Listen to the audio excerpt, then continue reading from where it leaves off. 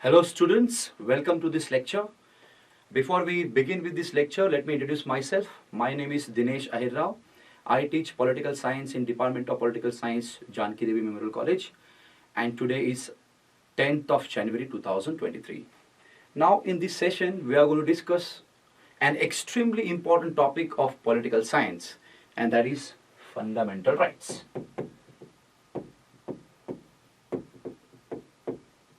All of you must have heard about this term, fundamental rights. In your day-to-day parlance, you must have used this concept of rights, that this is my right. It is my right to choose my life partner. Or this XYZ is violation of my fundamental rights. I have right to dissent, so on and so forth. So it is very important to understand what are fundamental rights. But before we understand what are fundamental rights, it is very important to understand what are rights. So before we understand the meaning and the context of fundamental rights and where they are provided under the Constitution, we must understand what are rights. So let us understand what are rights. See, in simple terms, rights are social and moral claims. Yes, rights are social and moral claims. Social and moral claims of an individual over the fellow individuals, over the society, and against the state. So first thing, rights are social and moral claims. However, not all social and moral claims can be called as rights. Not all social and moral claims can have a status of rights. Now, the question is, what are those moral and social claims that can enjoy a status of rights? This is the question. Now the answer lies in understanding the three conditions which makes the moral and social claims into us rights, right? So there are the three conditions which must be fulfilled for social and moral claims to become rights or to enjoy the status of rights. Now let us understand these three conditions one by one. So the first, only those social and moral claims that can have a status of rights which are reasonable, justified, and legitimate. So the first condition is that the social and moral claims must be reasonable. They must not be unreasonable. They must be legitimate. And they must be justified. See, I can have any moral or social claim over the fellow individual or over the society or against the state. Yes, but that moral or social claim should be justified. It should be legitimate. It should be reasonable. Any unreasonable, any unjustified social or moral claim cannot have a status of rights. For example, let me give an example of unreasonable claim. Suppose I say that I have a social or moral claim to have a dinner in a 5-star hotel every month. Now this is a moral and social claim. But is it justified? Is it reasonable? Is it legitimate? No. So first condition is moral and social claims must be legitimate. They must be justified. They must be reasonable. Then only they can enjoy the status of rights. However, not all reasonable, justified, or legitimate claims can have a status of rights. Why? Because such justified, reasonable, moral, and social claims must also satisfy the other two conditions. So now what is the second condition? Second condition is about recognition of those moral and social claims by the society.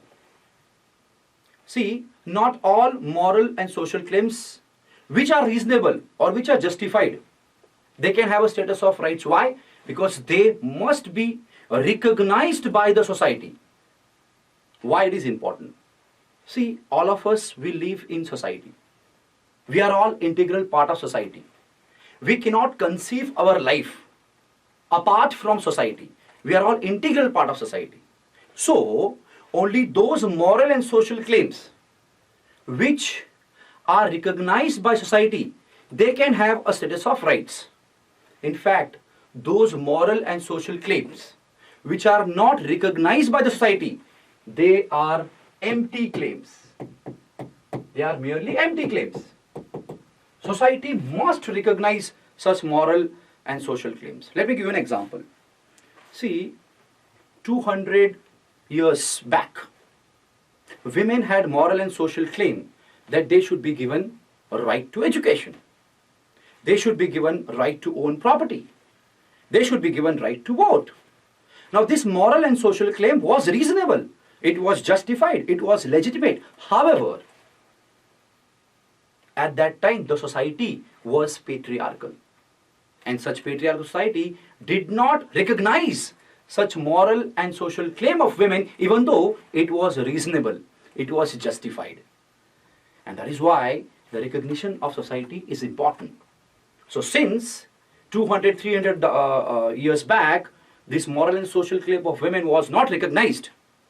There was no right. The women got right to vote. Women got right to education. Right to property was recognized only after society recognized that women must be given these rights.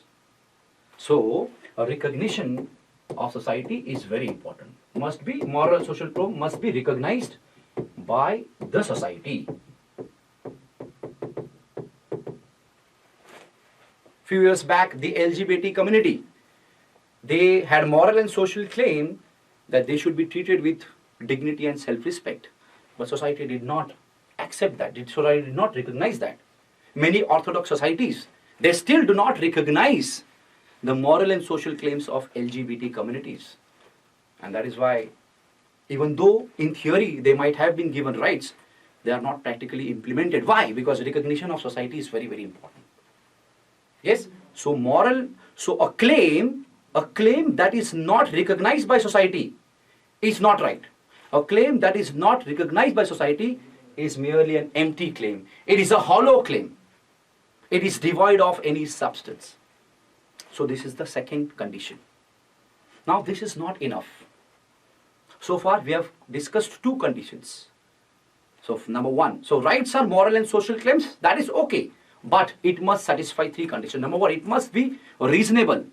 Second, it must be recognized by society. However, this is not enough. Why?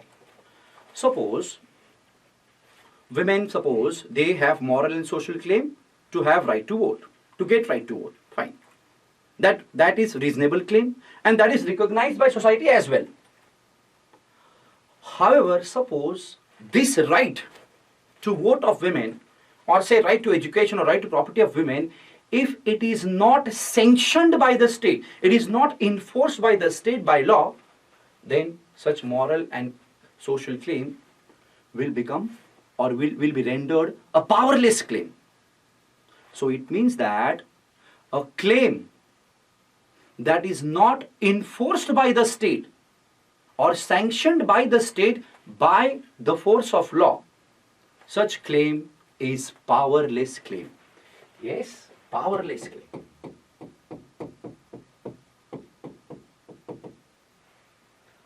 And this brings us to the third condition, that such moral and social claim must be enforced by the state.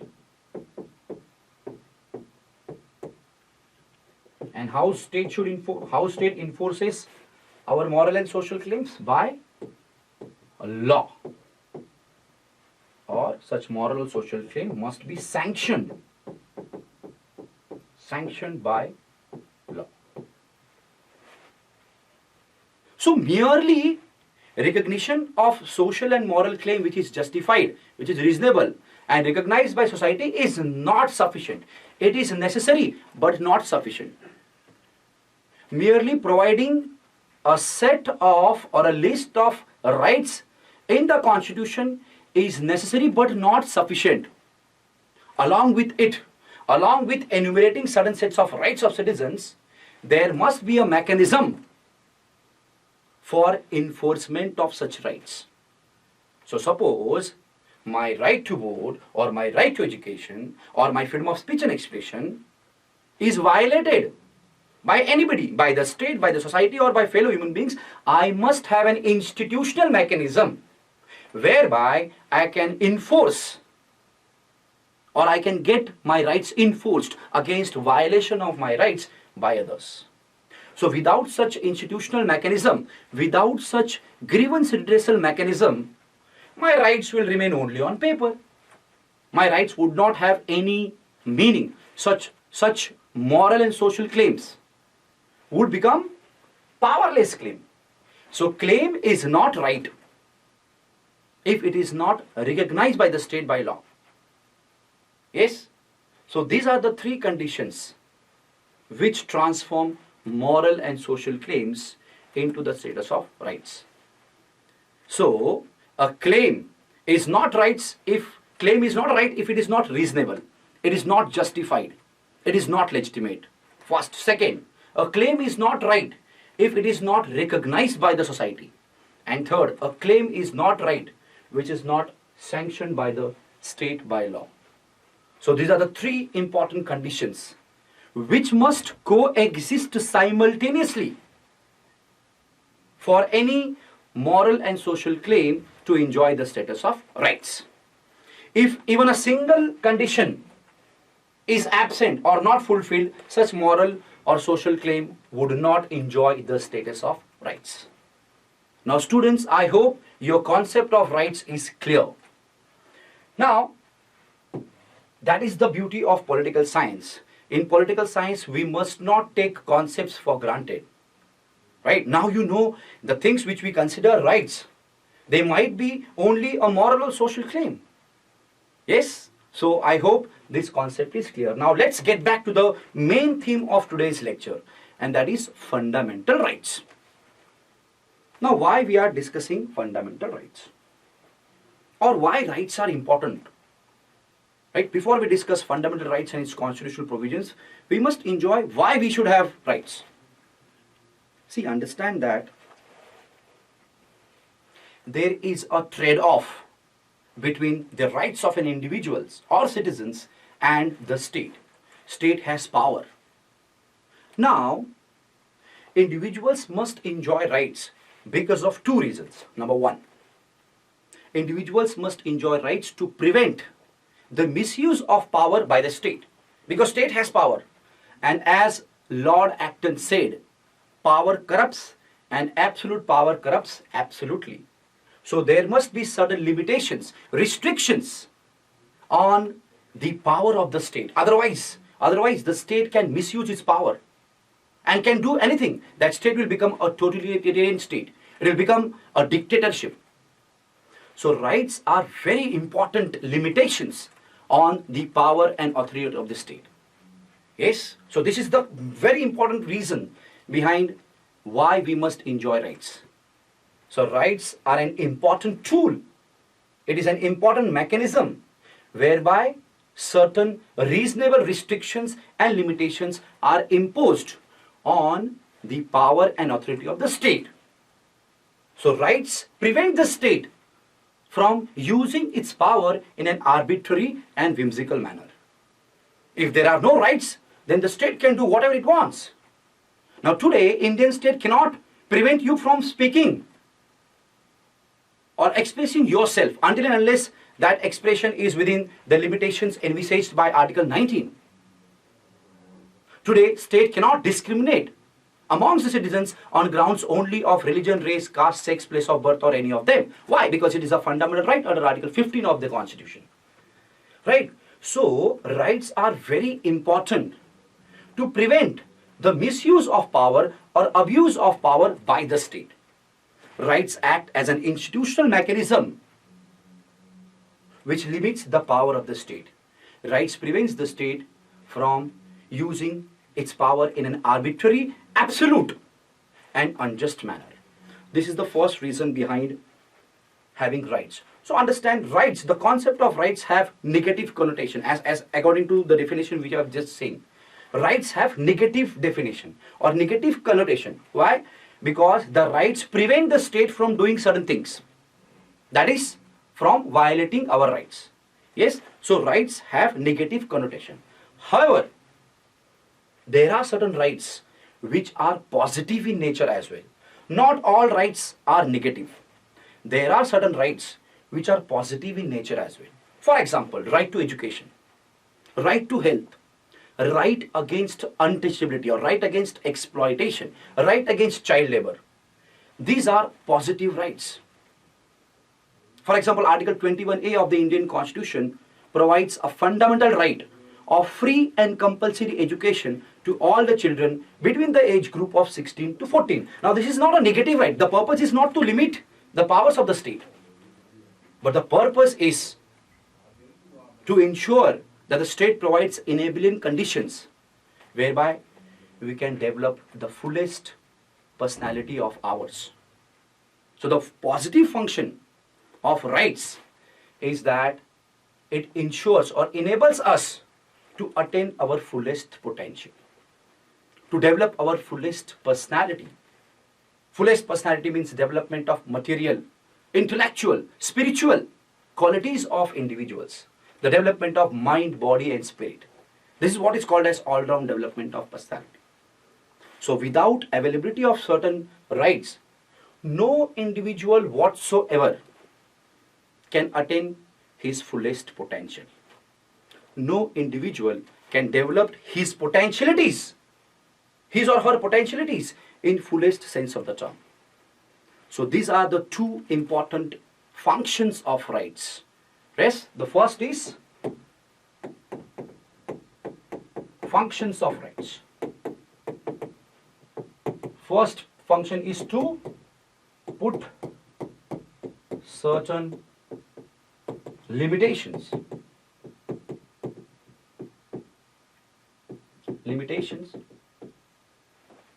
to put certain limitations on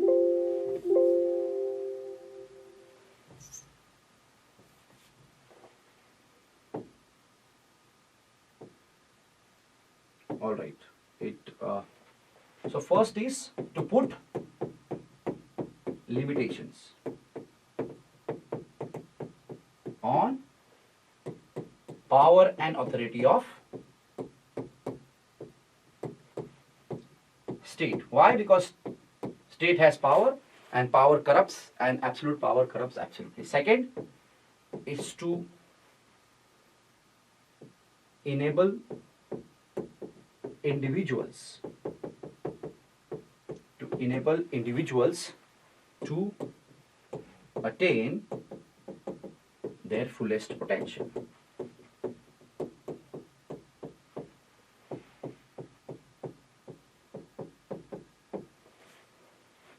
These are the two important reasons as to why we must enjoy rights. So the first function is negative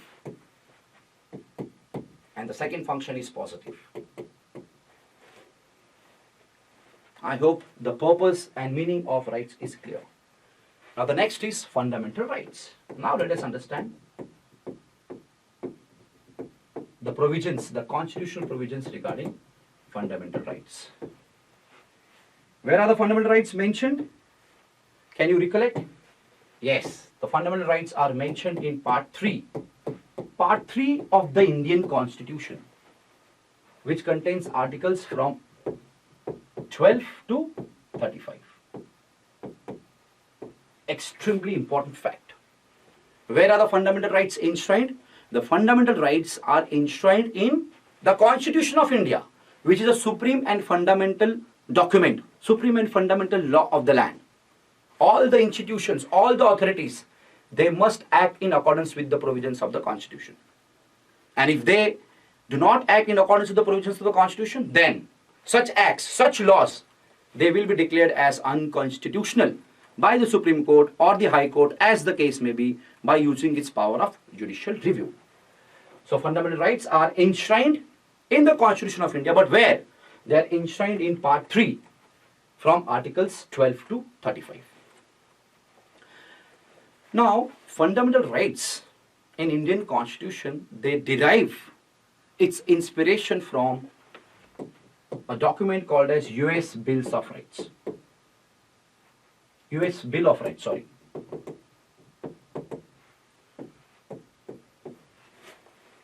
US Bill of Rights. Now, what is US Bill of Rights? US Bill of Rights mean the first 10. It means first 10 amendments to the US Constitution. So first 10 amendments to the US Constitution, collectively known as US Bill of Rights, and the fundamental rights, or part 3 or chapter 3 of the Indian Constitution, derives its inspiration from this US Bill of Rights. Fine. Now, part 3 of the Indian Constitution is rightly described as the Magna Carta. Magna Carta of Indian Constitution or Indian state. Now you will ask, so what is Magna Carta? Now let me explain. Magna Carta was a royal charter of rights. It was a royal charter of rights. This was issued in 1215 by King John of England. Yes. The Magna Carta was a royal charter of rights which was issued by the monarch of UK at that time in 1215. The name of that monarch is King John. Now this royal charter of rights enumerated certain rights of the citizens of UK or England. Yes. So this Magna Carta of 1215 is the first ever written document on rights.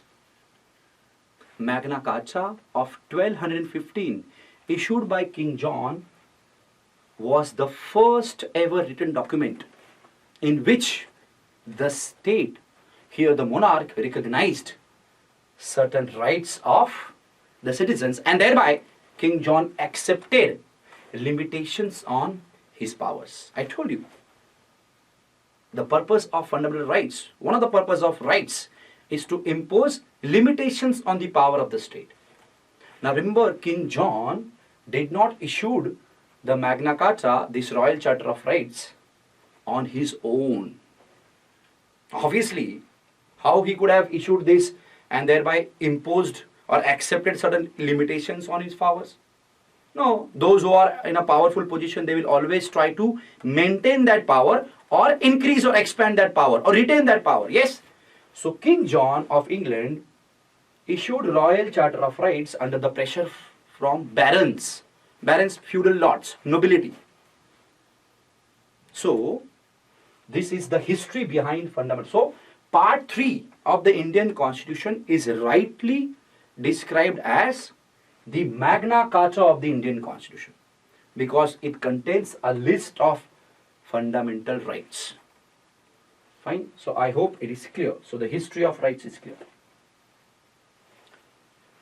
Now, the next important thing is classification of rights.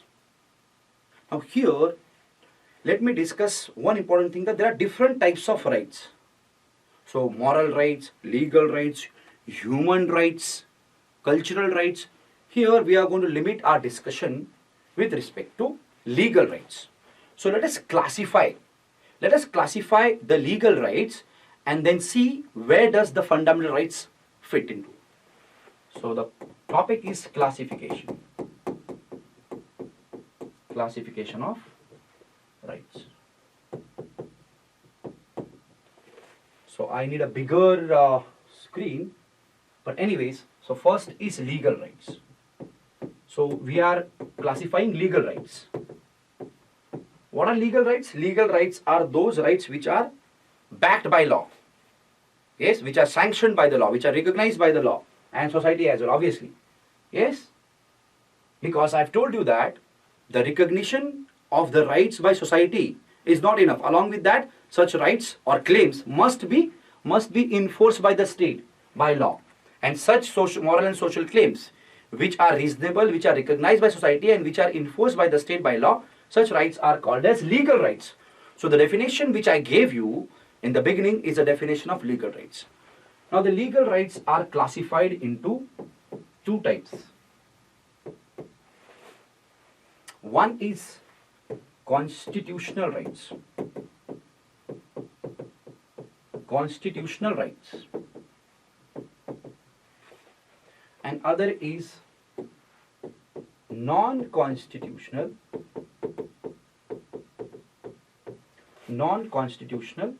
statutory rights.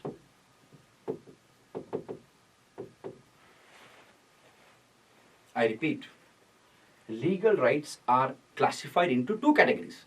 One is constitutional rights, other is non-constitutional statutory rights.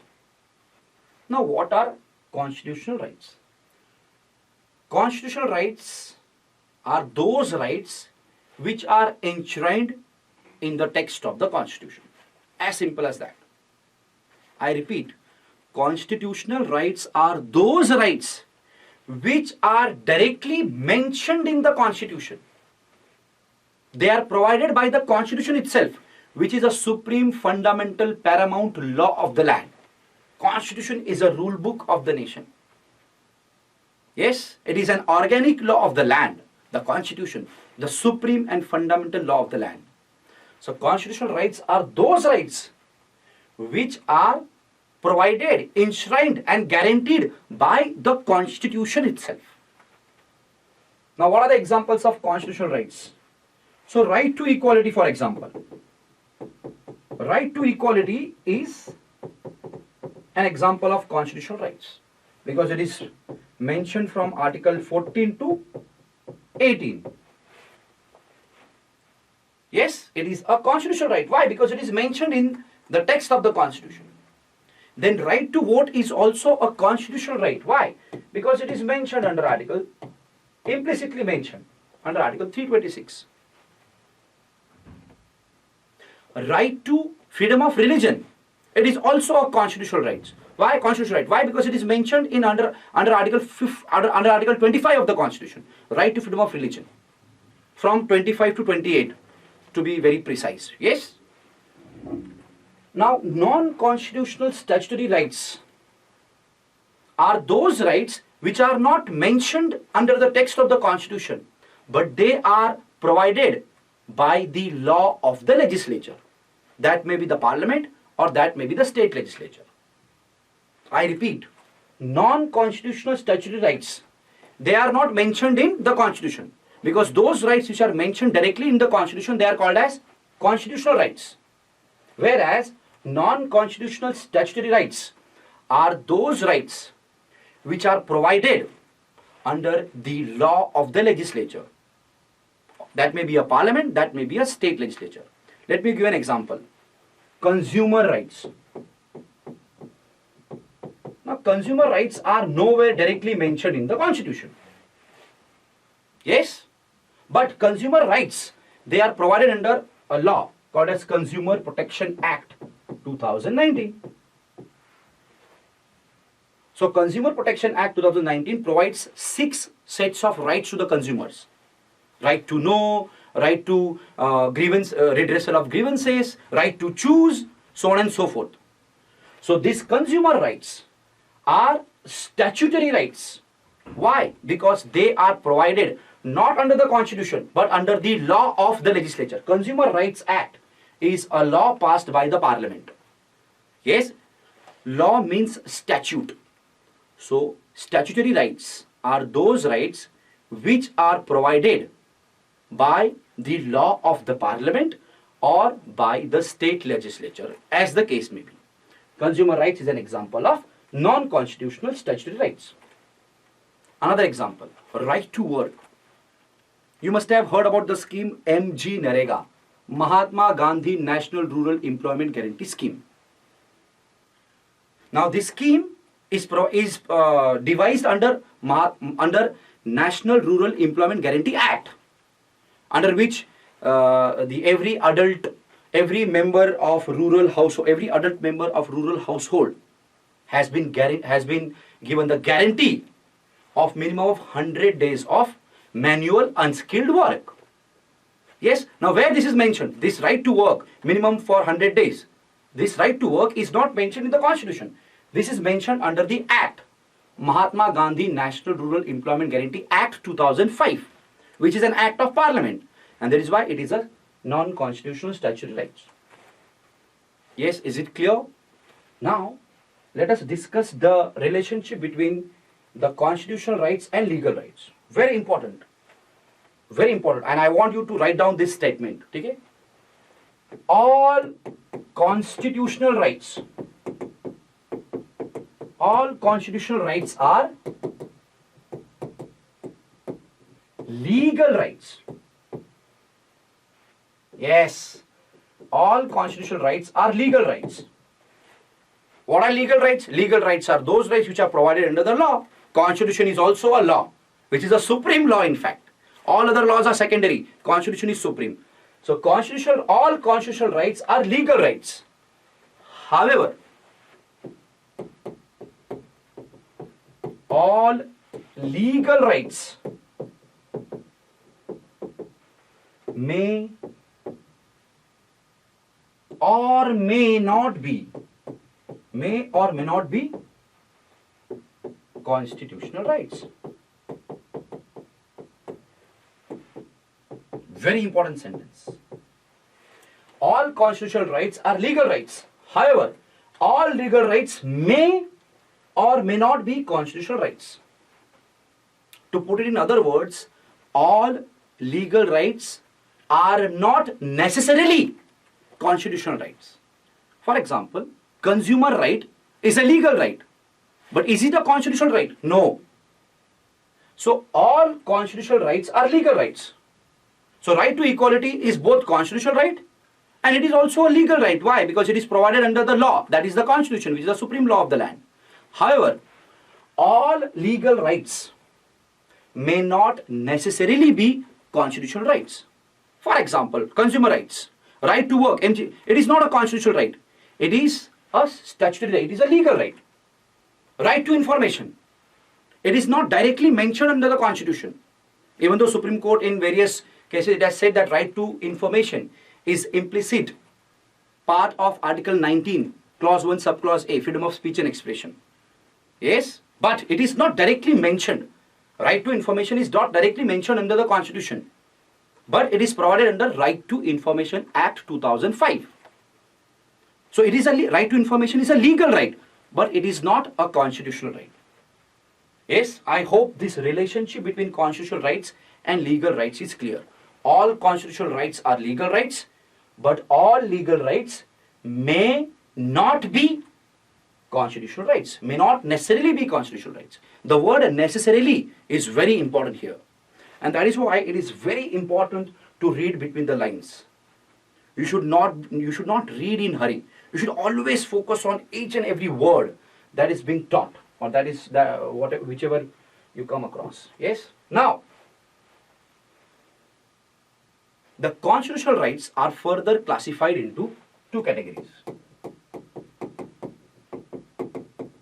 Constitutional rights are further classified into two categories. Number one, fundamental rights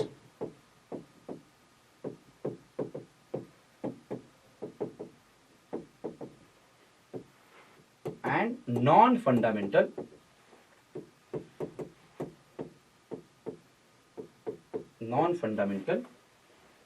constitutional rights.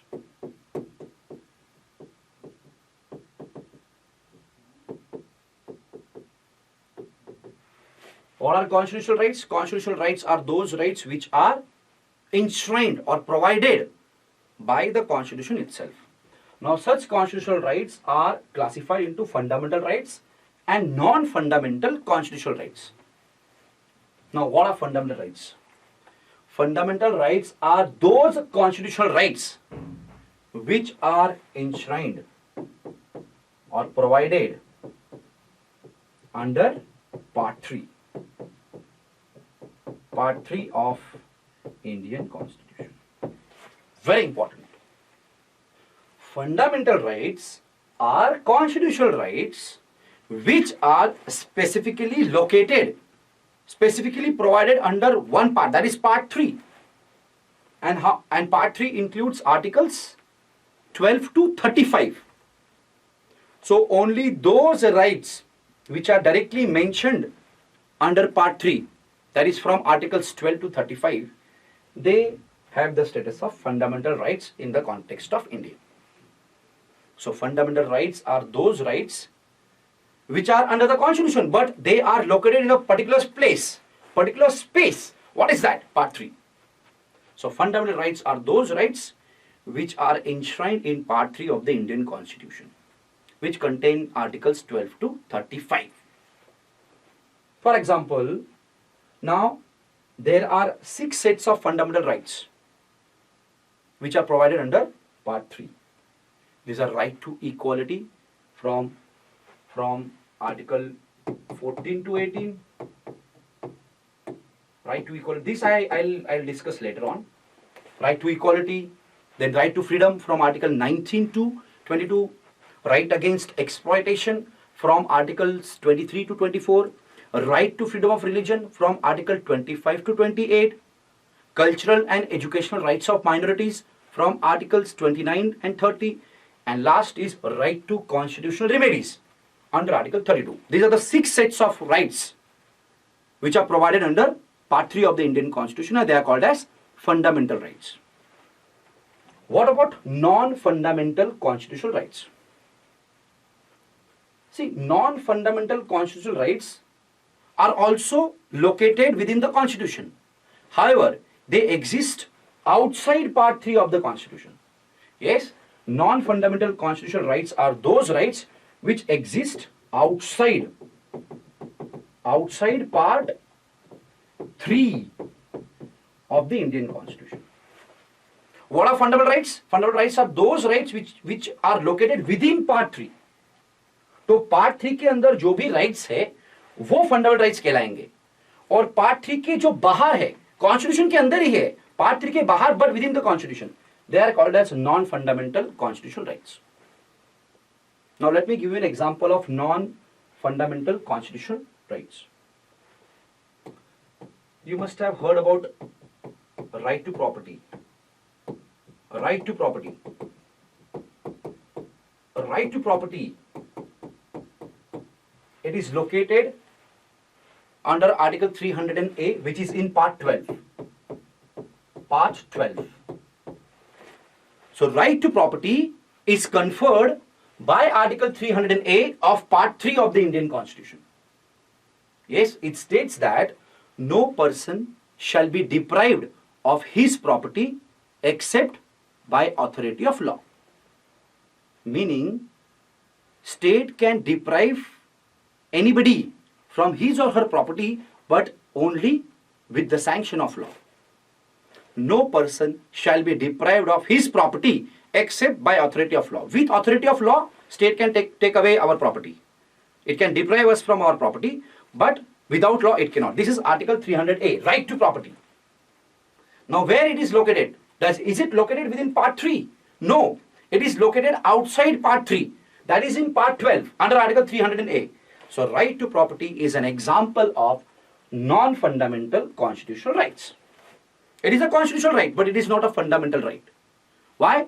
Right to property is a constitutional right, but it is not a fundamental right. Why it is constitutional right? Because it is mentioned in the Constitution. Yes, it is directly mentioned in the Constitution, but it is not a fundamental right. Why? Because it is not mentioned in Part 3 of the Constitution. It is mentioned outside Part 3 of the Constitution. And we have just seen that only those rights which are mentioned in Part 3, they are called as fundamental rights. All other rights which are mentioned in the Constitution which exist outside Part 3, they are called as non-fundamental constitutional rights. Let me give you another example. Right to vote. Right to vote. This is provided under Article 326. Right to vote, Article 326. This is also an example of non-fundamental constitutional rights, because it is there in the Constitution under Article 326, but it is outside Part 3. Yes. Then there are other rights, for example, right to freedom of trade and commerce. Freedom of trade, commerce and intercourse. 301. Article 301. Yes. Then Article 265. Article 265. What is Article 265? No tax shall be levied save by authority of law. no tax shall be levied as well as collected, save by authority of law. Meaning, state can levy tax or collect tax only with the authority of law. Now, this is a constitutional right, but it is not a fundamental right. Why? Because it is enshrined in Article 265. Yes, which is not a part of Part 3. Yes. So, what are the examples of non-constitutional fundamental rights? Number 1, Article 265. Yes, no tax shall be levied or collected save by authority of law. First. Second, Article 300A, right to property, non-fundamental constitutional rights. 3, right to freedom of trade, commerce and intercourse under Article 301. Fourth, right to vote under Article 326. So answer the question. Right to vote. Let me give you a question. Yes. Right to vote is option A, legal right. Option B, fundamental right.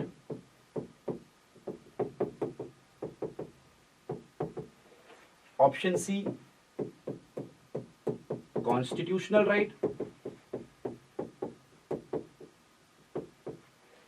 And option D, moral right. In the context of Indian Constitution, answer this question. Right to vote is a legal right? Yes, it is a legal right because it is provided under the Constitution, which is the law. However, so it is a legal right. This is correct, but this is not the answer, because in examination we will always have to collect, or we will always have to choose the most appropriate option, the closest option. So as of now, legal right is correct. Now let us see the other options. Right to vote is a fundamental right. Is it a fundamental right? No, this is wrong. Why? Because right to vote is under Article 326, which is not a part of Part 3.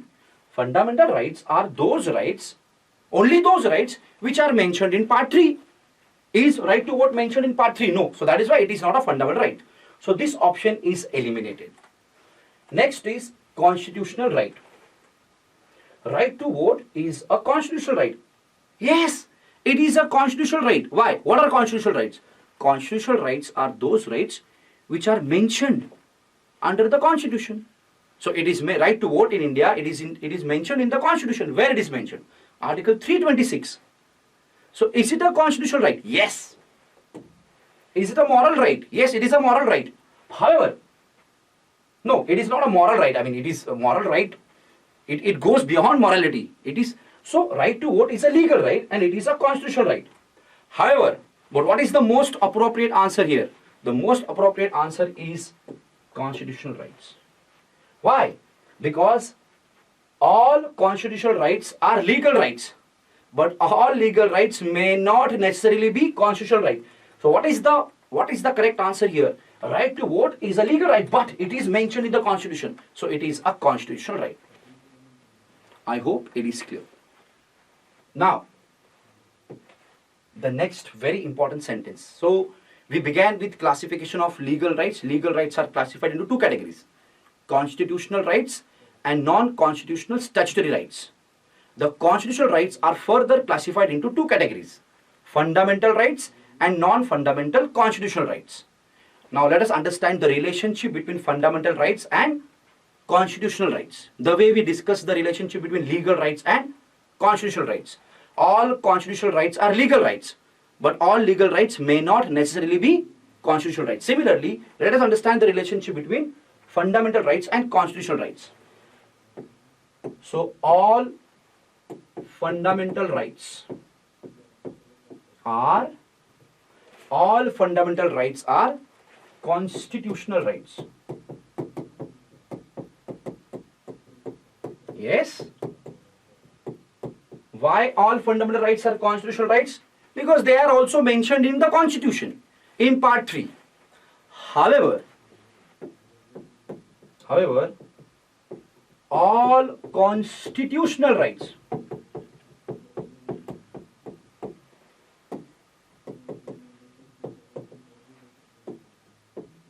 may not necessarily all constitutional rights may not necessarily be fundamental rights. All fundamental rights are constitutional rights because they are mentioned in the Constitution. However, all constitutional rights may not necessarily be fundamental rights. Only those constitutional rights which are mentioned in Part 3 of the Constitution, only they are called as fundamental rights. For example, right to vote is a constitutional right, but is it a fundamental right? No. So all constitutional rights, right to vote is a constitutional right, but it is not fundamental right. So all fundamental rights are constitutional rights, but all constitutional rights may not necessarily be fundamental rights. Yes? So no tax shall be levied or collected save by authority of law under Article 265. It is a constitutional right, but it is not a fundamental right. So all constitutional rights may not be fundamental rights.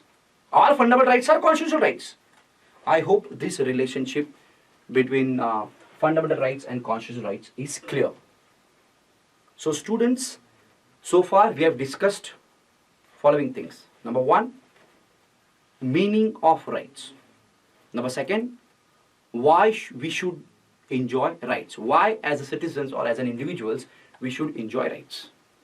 Number third, we have discussed the inspiration behind the fundamental rights of the Indian Constitution. US Bill of Rights, Magna Carta. And fourth, we have discussed about the classification of rights. So in that classification, we have discussed the classification of legal rights. Legal rights are classified into constitutional rights and non-constitutional statutory rights. Further, constitutional rights are divided into fundamental rights and non-fundamental constitutional rights, and we have discussed various examples of fundamental rights, of non-fundamental constitutional rights, non-constitutional statutory rights, so on and so forth. So students, I hope now you are in a position to understand which are the rights which are constitutional rights, which are the rights which are fundamental rights, which are the rights which are statutory rights, so on and so forth. I hope there will be no confusion. Now, next is types of rights or types of rights provided under Constitution. This will be the last topic and we will end. Types of fundamental rights, or what are the fundamental rights enshrined in Part 3. So Constitution of India gives us 6 sets of rights. Fundamental rights. Yeah, fundamental rights. Yes, so write down number 1, a right to equality. Right to equality from Article 14 to 18. Then second, in next lecture we will discuss these articles one by one. Right to freedom. Right to freedom from Articles 19 to 22. Third, a right against exploitation. Sorry for this noise because I am new to this. Article 23 and 24, only 2 rights. Fourth, a right to freedom of religion. You must know now what are the rights. Article 25 to 28. 5. Cultural and educational rights. Cultural and educational rights of, yes, minorities. Articles 29 and 30. And next, 6th, right to constitutional constitutional remedies. This is the most important rights, because this is the right which makes our fundamental rights enforceable. So these are the 6 sets of fundamental rights guaranteed by the Indian Constitution. A right to equality from Articles 14 to 18, a right to freedom from Articles 19 to 22, right against exploitation, Articles 23 and 24, a right to freedom of religion, Article 25 to 28, cultural and educational rights of minorities, Article 29 and 30, and last is right to constitutional remedies, Article 32. Now, in the next class, I am going to discuss all these rights one by one. Article 14, equality before law, equal protection of law. Article 15, prohibition of discrimination on grounds only of religion, race, caste, sex, place of birth, or any of them. Article 16, equality of opportunity in public employment. 17, abolition of untouchability. 18, abolition of titles, so on and so forth. We are going to discuss each and every rights one by one, but not in this lecture. Let us confine ourselves in understanding the basics of fundamental rights. Now, one last thing which I would like to tell you before we end is, under the original constitution, a right to property was a fundamental right. Under the original constitution, we were provided with 7 fundamental rights and not 6. What was the 7th fundamental right? Right to property. And it was provided under Article 31. Right to property was a fundamental right under Article 31, and there was one more article, Article 19, Clause 1, Subclause F. So, right to property was a fundamental right under the original Indian Constitution. So, original Indian Constitution provided 7 fundamental rights and not 6. But presently, we enjoy only 6 fundamental rights. Do you know why? Because right to property is the most controversial of, or it was the most controversial of fundamental rights. There was a lot of controversial. This right to property was led to, it was a reason behind tussle between the parliament and the judiciary. You know, the government of India started the program of land reforms, and these land laws, they challenged the constitutional validity of land reforms on the grounds that it violated the right to property, so on and so forth. We'll discuss right to property in detail in other part of lecture, in other sessions. But here, so right to property was a fundamental right under Article 31 and Article 19, Clause 1, Subclause F. However, because it was controversial, Government of India decided to remove right to property from the list of fundamental right. And how it was done? It was done through enactment of 44th Constitutional Amendment Act 1978. So 44th Constitutional Amendment Act 1978, very important fact. It removed right to property from Part 3. It removed right to property as a fundamental right. However, it made right to property a constitutional right. Constitutional right. But which constitutional right? Non-fundamental constitutional right under Article 300A, Part 12. So what does it mean? Right to property is no longer a fundamental right. However, it is a non-fundamental constitutional right. It was originally a fundamental right, but 44th Constitutional Amendment Act 1978 repealed right to property as a fundamental right. It did not repeal right to property at all, or it completely. No, it repealed right to property in Part 3. It took away right to property from Part 3 and inserted in another part, that is Part 12, and thereby made it a non-fundamental constitutional right under Article 300A. So, right to property is a non-fundamental constitutional right under Article 300A of Part 12 of the Indian Constitution. It is no longer a fundamental right. So students, I hope the types of fundamental rights enjoyed by us are clear. Now, before we end, let me end with a very interesting fact. Not all fundamental rights are available to both citizens and foreigners. So, in the next lecture, I'm giving you, or for the next lecture, I'll give you one small homework. Find out which are the fundamental rights which are exclusively available to the Indian citizens and not the foreigners. I repeat, not all the fundamental rights under the Indian Constitution are enjoyed by the citizens as well as foreigners. No.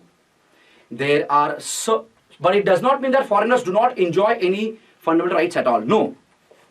Fundamental rights are available to both citizens as well as foreigners in general. However, there are certain fundamental rights which are available exclusively only to the citizens of India and not the foreigners. Find out which are those fundamental rights which are available only to the citizens and not to the foreigners. So students, with this we have come to an end to this session. So let me give you once again the summary of what we have discussed. What are rights? 3 conditions.